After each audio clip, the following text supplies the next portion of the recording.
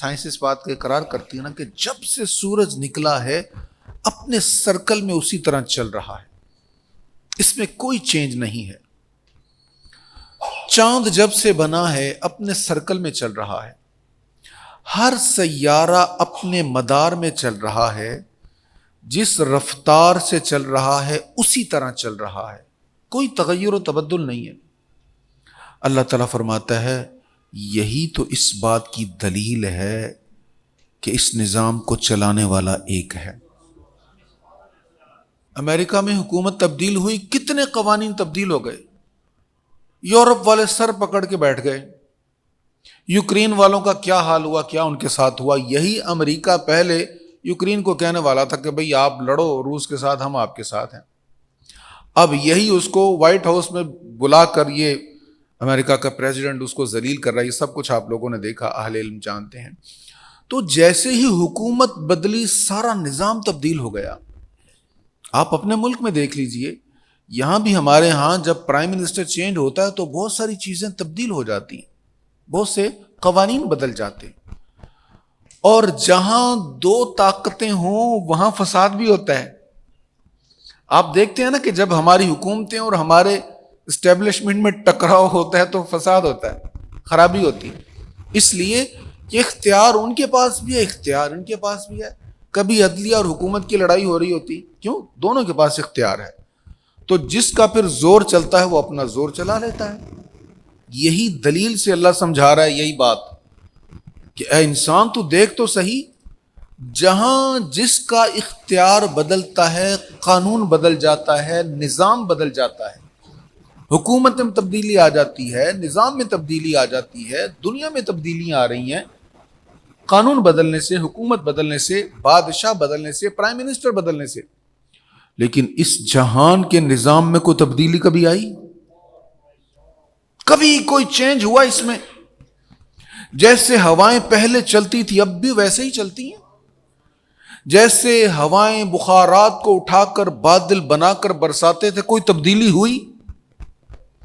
جیسے زمین میں دانا پڑتا ہے تو پھر وہاں سے پودے اگتے ہیں، بلندی کی طرف آتے ہیں، کوئی نظام میں تبدیلی آئی؟ تو اللہ تعالیٰ فرما رہا ہے یہ نظام، یہ جہان، یہ کائنات، اس میں کوئی تبدیلی نہیں ہے۔ یہی تو اس بات کی دلیل ہے کہ وہ ایک ہے۔ اگر اللہ کے علاوہ کوئی اور خدا ہوتا تو پھر نظام میں کچھ نہ کچھ ضرور چینج آتا۔ ایک خدا کہتا بھئی آج سورج چڑھنا ہے، دوسرا کہتا نہیں چڑھنا۔ اب یہاں تو دوسرے کی چلتی یا پہلے کی چلتی، یا پھر دونوں میں اختلاف ہوتا اور سورج کا چلنا موقوف ہو جاتا، سورج کا نکلنا موقوف ہو جاتا۔ تو اللہ تعالیٰ فرما رہا ہے اس نظام میں تبدیلی کا نہ آنا اس بات کی دلیل ہے کہ اس کو ایک ہی ذات چلانے والی ہے۔ اگر کوئی اور ہوتا تو ضرور دیکھتا نظام میں کوئی تبدیلی ہے۔ اس سے اگلے صفحے پر بڑی زبردست بات ارشاد ہے، وَجَعَلْنَا مِنَ الْمَاءِ كُلَّ شَيْءٍ، اور ہم نے پانی سے ہر جاندار چیز بنائی۔ اب اس آیت پر عقل والے غور کر لیں، کیا 1400 برس پہلے لوگوں کو پتا تھا کہ ہر سیل میں 80% پانی ہوتا ہے؟ کیا میڈیکل سائنس نے اتنی ترقی کی تھی، یا زرعی سائنس نے، ایگریکلچر میں اتنی ترقی ہوئی تھی کہ ہر جاندار میں اور پودوں میں کتنے پرسنٹ پانی ہے؟ 50% سے لے کر 90% پانی۔ وہ آج کی تحقیق ہے نا، وہ تو سائنس نے آج بتایا۔ قرآن نے 1400 برس پہلے بتایا، وَجَعَلْنَا مِنَ الْمَاءِ كُلَّ شَيْءٍ، ہم نے پانی سے ہر جاندار چیز بنائی ہے۔ یہ قرآن کی حقانیت کی دلیل ہے، قرآن کی صداقت کی دلیل ہے۔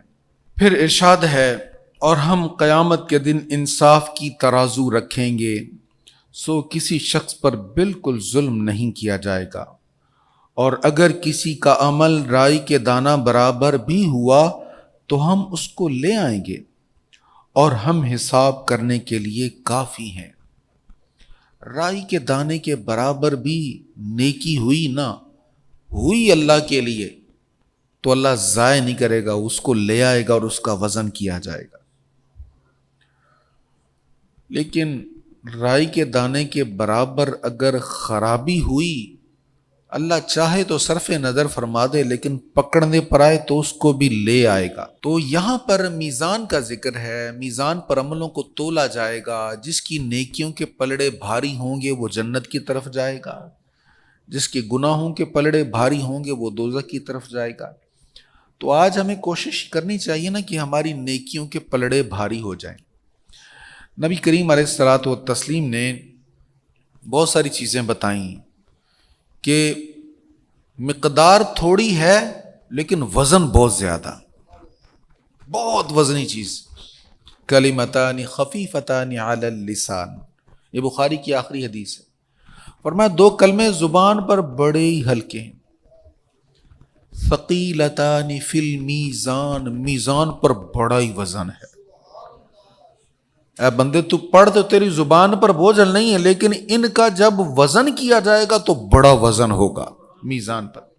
حبیبتان الی الرحمن، رب کو بڑے ہی پیارے ہیں، اللہ کو بڑے محبوب ہیں۔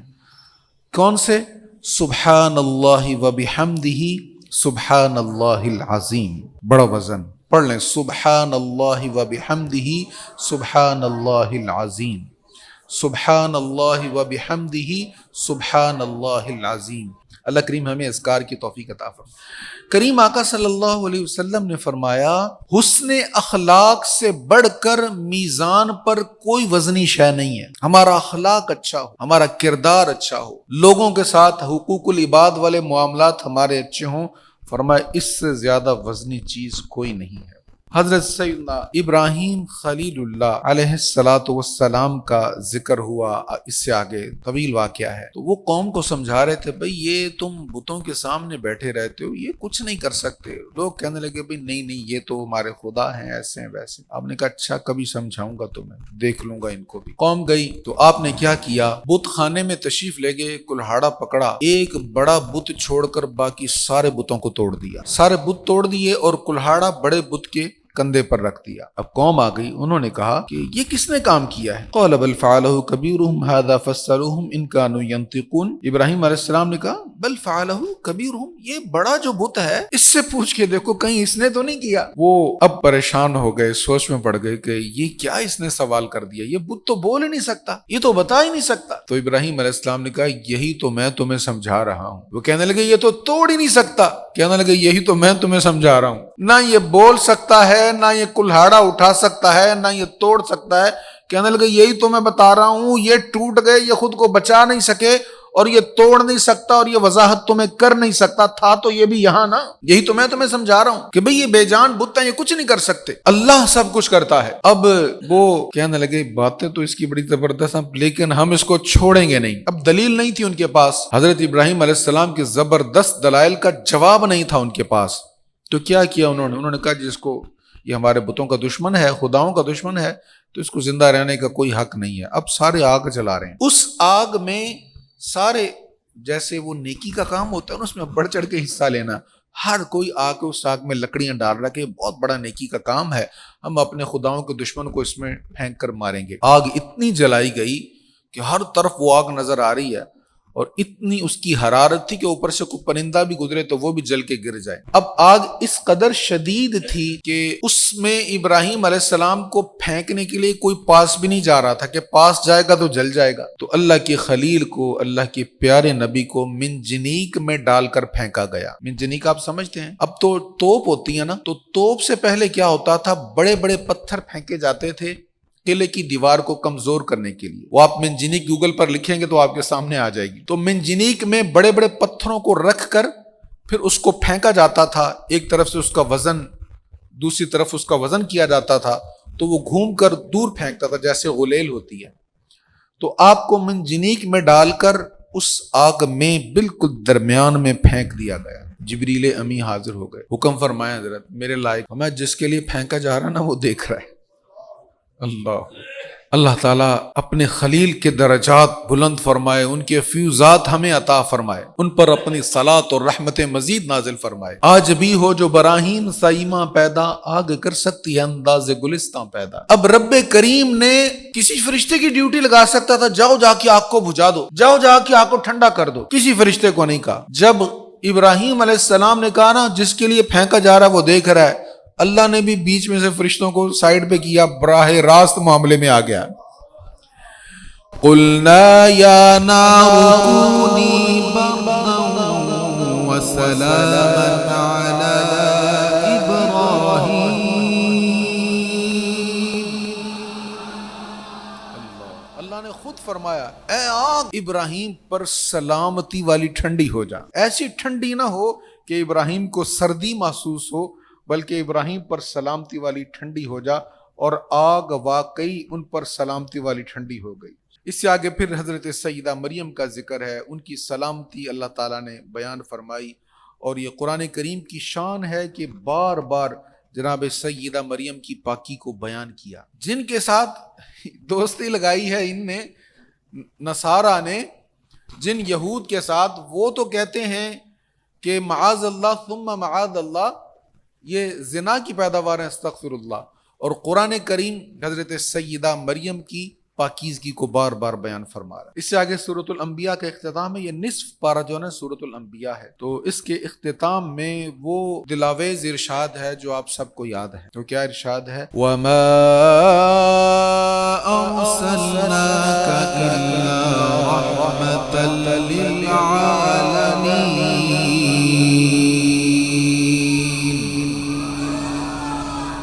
اور ہم نے آپ کو تمام جہانوں کے لیے رحمت ہی بنا کر بھیجا ہے. حضور علیہ الصلوۃ والسلام سب جہانوں کے لیے رحمت بن کر آئے. اچھا میں نا اس کے لفظی ترجمے کی طرف توجہ کرواتا ہوں اکثر. وہ اگر آپ اس کو سمجھے نا تو معنی تھوڑا سا ڈیفرنٹ آتا ہے سامنے. وا اور ما نہیں، ارسلنا کا ہم نے بھیجا آپ کو، اور نہیں ہم نے بھیجا آپ کو الا مگر رحمت للعالمین، تمام جہانوں کے لیے. اللہ تعالیٰ اس طرح نہیں فرما رہا کہ ہم نے آپ کو تمام جہانوں کے لیے رحمت بنا کر بھیجا، بلکہ وہ کہہ رہا ہے ہم نے نہیں بھیجا آپ کو مگر تمام جہانوں کے لیے رحمت بنا کر. اب یہ نہیں کس بات کی ہے؟ یہ کس بات کے لیے نہیں کہا جا رہا ہے؟ اس بات کے لیے کہا جا رہا ہے، مفسرین فرماتے ہیں دیکھو جو رحمت ہوتی ہے نا، اللہ کی رحمتیں بہت زیادہ ہیں، تو رحمت میں زحمت کا پہلو ہو سکتا ہے. اب بارش اللہ کی رحمت ہے نا، اس وقت پڑے جب گندم کی فصل پک کر تیار ہو جائے، تو اب یہ شہر والوں کو کتنی بھلی لگے، لیکن جس بیچارے کسان کی محنت تیار ہے اس کے لیے تو یہ زحمت بن گئی نا. اب ہوا جو ہے، ہوا حبس ہو، گرمی ہو، ہوا ہو، وہ تو اچھی لگتی ہے نا، لیکن ہوا کی رفتار اگر بڑھ جائے، چھتیں گرنے لگ جائیں تو زحمت تو بن گئی.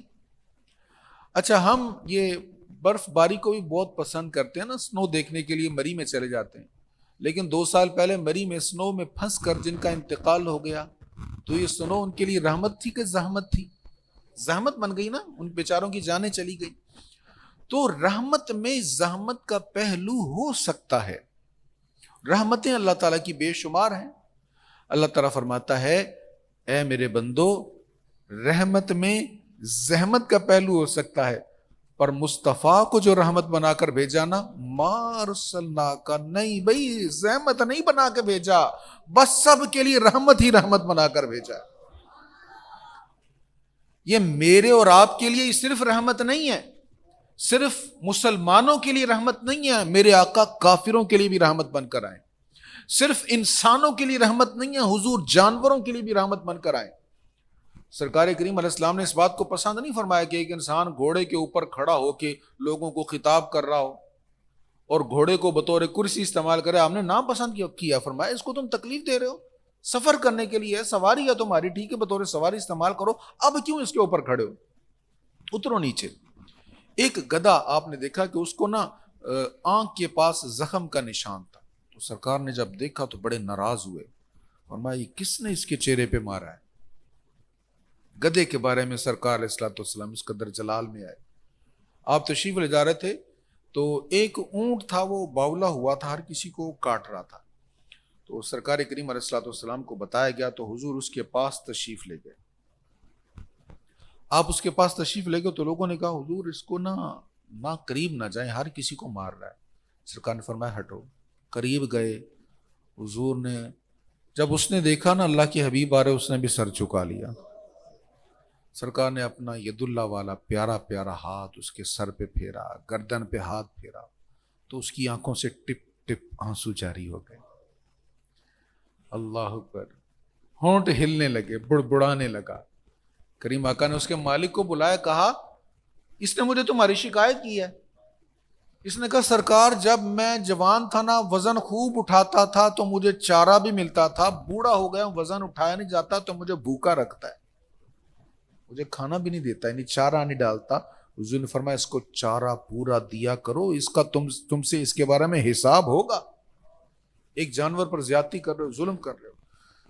اسی طرح آپ نے فرمایا کہ ایک شخص ایک عورت کے پاس بلی تھی تو وہ بھوکی مر گئی، اس کے بارے میں حساب ہوگا اس سے. پرندہ فرمایا وہ، یہ آپ حدیث سن چکے ہیں کہ وہ پرندہ جس کو بغیر کسی ضرورت کے کسی نے شکار کیا، وہ پرندہ بھی اللہ کی بارگاہ میں شکایت کرے گا. تو کریم آقا صلی اللہ تعالی علیہ وآلہ وسلم تمام جہان والوں کے لیے رحمت بن کر تشریف لائے. اچھا، پھر یہاں پر سورۃ الحج ہے، اس میں بیان فرمایا اے لوگو اگر تمہیں موت کے بعد زندگی میں شک ہے، اے لوگو اگر تمہیں یہ شک ہے کہ مرنے کے بعد تم دوبارہ نہیں زندہ کیے جاؤ گے تو غور کرو، ہم نے تم کو مٹی سے پیدا کیا. خلقناکم من تراب، ہم نے تمہیں مٹی سے بنایا. ثم من نطفہ، پھر نطفہ سے.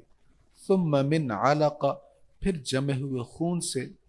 ثم من مضغۃ مخلقہ وغیر مخلقہ، پھر گوشت کے لوتھڑے سے جو مکمل شکل کا ہوتا ہے اور ادھوری شکل کا بھی، تاکہ ہم تمہارے لیے اپنی قدرت کو ظاہر کریں اور ہم جسے چاہتے ہیں ایک مقررہ مدت تک رحم مادر میں رکھتے ہیں. اب میڈیکل سائنس نے اس پر بہت ریسرچ کر لی کہ نطفہ جب رحم میں جاتا ہے کتنے دنوں کے بعد کس مرحلے میں آتا ہے اور کس پروسیس سے گزر کر وہ بچہ حمل میں قرار پکڑتا ہے اور پھر اس کی ولادت ہوتی ہے. اس پر تحقیقات ہو گئیں لیکن آج ہوئی ہیں. اس صدی میں، پچھلی صدی میں یا اس سے پہلے کچھ تحقیقات ہوئی تھی. یہ آیت 1400 سال پہلے کی ہے.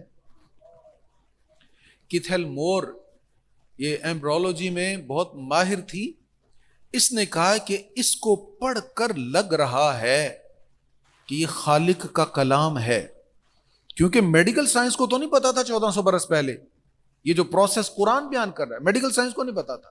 آپ ریسرچ کر لیں کب پتا چلا کہ جب نطفہ رحم میں جا کے ٹھہرتا ہے تو پھر کن مراحل سے گزرتا ہے. یہ جو مراحل قرآن نے بیان کیے وہی آج سائنس کہتی ہے، لیکن سائنس کو کب پتا چلا، قرآن نے کب بیان کیا. یہ وہ عقلی دلائل ہیں جن پر اگر انسان غور کرے تو پھر حق تک پہنچ جاتا ہے، اس کو سمجھ آ جاتی ہے کہ واقعی یہ رب العالمین کا کلام ہے. سورہ حج ہے اور اس میں حج کے متعلق بھی ارشاد ہے. اللہ تعالیٰ نے حضرت سیدنا ابراہیم خلیل اللہ علیہ السلام کو فرمایا، جب کعبہ شریف کی تعمیر ہوگی نا تو انہیں فرمایا وَأَذِّن فِي النَّاسِ بِالْحَجِّ، اور لوگوں میں بلند آواز سے حج کا اعلان کیجیے. وہ آپ کے پاس سے دور دراز راستوں سے پیدل اور دبلے اونٹ پر سوار ہو کر آئیں گے. اب ابراہیم علیہ السلام نے اعلان کر دیا. لاؤڈ سپیکر تو تھا نہیں، سیل فون بھی نہیں تھا، میسیجنگ بھی نہیں تھی، کبوتر بھی نہیں تھے جو آپ کا میسج لے کر جائیں، نہ ہی آپ نے لکھ کر دیا تھا کسی کو، بس اعلان کیا. اعلان کیا اللہ تعالیٰ نے جن جن کے نصیب میں لکھا تھا وہ آئیں گے ان کے کانوں تک پہنچا دیا، اور جو ابھی پیدا بھی نہیں ہوئے تھے ان کی روحوں کو سنوا دیا. ہم میں سے جو گئے ہیں نا وہاں پر، آپ یقین کر لیں آپ کی روحوں نے سنا تھا تو آپ گئے ہیں. صرف سنا نہیں تھا بلکہ لبیک کہا تھا. حضور علیہ السلام نے فرمایا جب ابراہیم علیہ السلام نے لوگوں کو آواز دی نا تو جو ابھی پیدا نہیں ہوئے تھے ان کی روحوں نے سنا، اور جس کی روح نے جتنی بار لبیک کہا وہ اتنی بار وہاں حاضر ہوگا. کسی کی روح نے ایک بار لبیک کہا تو وہ ایک بار جائے گی، کسی نے بار بار کہا تو وہ بار بار جائے گی، کسی نے 100 بار کہا تو وہ 100 بار جائے گا. سبحان اللہ. اللہ کریم وہاں کی بار بار با ادب حاضری عطا فرمائے. اخلاص پر بڑی پیاری بات اللہ کریم نے ارشاد فرمائی. فرمایا لن ینال اللہ لحومها ولا دماؤها ولکن ینالہ التقوی منکم. تم قربانی کرتے ہو نا تو یہ گوشت اور خون یہ تو نہیں اللہ کے پاس جا رہا. جانور کو کٹ کیا تو گوشت ہمارے پاس ہی رہ گیا, ہم نے رشتہ داروں میں بانٹ دیا, غریبوں میں بانٹ دیا, خود کھا لیا, مہمانوں کو کھلا دیا, گوشت تو ہمارے پاس ہی رہا. اللہ کے پاس کا کیا؟ خون ہم نے بہا دیا, اللہ کے پاس کیا گیا؟ فرمایا جو تمہارے دل میں تقویٰ تھا. کس محبت سے تم نے جانور لیا, کس محبت سے تم نے سنت ابراہیم کو زندہ کیا. اے بندے جو بھی کام تو اللہ کی رضا کے لیے کرے گا اس میں جو تیری نیت ہے, جو تیرا تقویٰ ہے, وہ رب کریم کی بارگاہ میں پہنچے گا. اس سے آگے ارشاد ہے کہ اگر ہم زمین میں اقتدار عطا فرمائیں تو وہ نماز قائم کریں, زکوٰۃ ادا کریں اور نیکی کا حکم دیں اور برائی سے روکیں. یہ حکومت کی ذمہ داری ہے, برائی سے روکنا حکومت کی ذمہ داری. میں آج ایک بہت بزرگ اینکر کی بات سن کے حیران ہو رہا تھا کہ بھئی یہ کیا آپ نے ڈانس پر پابندی لگا دی. بھئی اگر حکومت سے کوئی اچھا کام ہو گیا ہے, آپ بزرگ ہیں, میرا خیال وہ پوتوں نواسوں والے ہوں گے وہ صاحب, وہ چڑیا والے صاحب, تو بڑا وہ سیکھ پا ہو رہے تھے کہ آپ نے ڈانس پر پابندی کیوں لگائی تعلیمی اداروں میں. اب تعلیمی اداروں میں لوگ اپنے بچیوں کو پڑھنے بھیجتے ہیں, ڈانس سیکھنے تھوڑا بھیجتے ہیں, ڈانس کے مقابلے سیکھ. اب وہ اس پر حکومت پر گرم ہو رہے ہیں. بھئی حکومت کی ذمہ داری ہے نیکی کا حکم دے, برائی سے لوگوں کو منع کرے, یہ رسپانسبلٹی ہے. وہ کرتے نہیں کرتے یہ بہرحال ان کا معاملہ, لیکن یہ ذمہ داری ہے. تو اگر انہوں نے ایک اچھا کام کر لیا تو اس کو اپریشیٹ کرنا چاہیے. اللہ تعالیٰ فرما رہا ہے, اللہ اکبر, فرمایا یہ جو آنکھیں نا یہ اندھی نہیں ہوتی, ولیکن تعمل قلوب التی فی الصدور, لیکن سینوں میں جو دل ہے نا یہ اندھے ہو جاتے. آنکھ جب دیکھ کر حق کو قبول نہیں کرتی نا تو پھر بندہ دل کا اندھا ہو جاتا ہے. آنکھ کا تو وہ بینا ہی ہوتا ہے, نظر تو اس کو آ رہا ہوتا ہے, لیکن اس کا دل اندھا ہو جاتا ہے, دل اس کا کسی کام کا نہیں رہتا. اللہ تعالی ہمیں بصر بھی عطا فرمائے, بصیرت بھی عطا فرمائے. یہ بصر ہے اور جو دل کی آنکھ دیکھتی ہے نا وہ بصیرت ہے. بصر کے ساتھ بصیرت بھی خوب روشن ہو انشاءاللہ. اللہ فرشتوں سے رسولوں کو چن لیتا ہے اور انسانوں میں سے بے شک اللہ بہت سننے والا, بہت دیکھنے والا ہے. وہ جانتا ہے جو کچھ لوگوں کے سامنے اور جو کچھ ان کے پیچھے ہے, اور اللہ کی طرف تمام کام لوٹائے جاتے ہیں. یہیں پر اختتام ہو رہا ہے اس پارے کا, اور آخر میں ارشاد ہے پس تم نماز قائم کرو, زکوٰۃ ادا کرو, اللہ کی رسی مضبوطی سے پکڑ لو, وہی تمہارا مالک ہے. تو کیسا اچھا مالک ہے اور کیسا اچھا مددگار ہے. رسی کو کیسے مضبوطی سے پکڑیں گے, غور کریں گے اس میں ہے کیا, تو پھر ہی مضبوطی ہوگی نا. سمجھیں گے, غور و فکر کریں گے. تو پہلا مرحلہ ہے اس کا علم حاصل کرنے کا, یعنی قرآن میں اللہ فرما کیا رہا ہے, اس کا علم حاصل کرنے کا. علم آئے گا تو پھر اللہ کی توفیق سے عمل کی بھی توفیق نصیب ہوگی. اگر علم نہیں آئے گا تو ہو سکتا ہے ہم جو عمل کر رہے ہیں اس میں کوئی خرابی آ جائے, غلطی آ جائے. اللہ کریم ہمیں قرآن مجید پڑھنے, سمجھنے, عمل کرنے اور اس کا ابلاغ کرنے کی توفیق نصیب فرمائے. وآخر دعوانا الحمد للہ رب العالمین.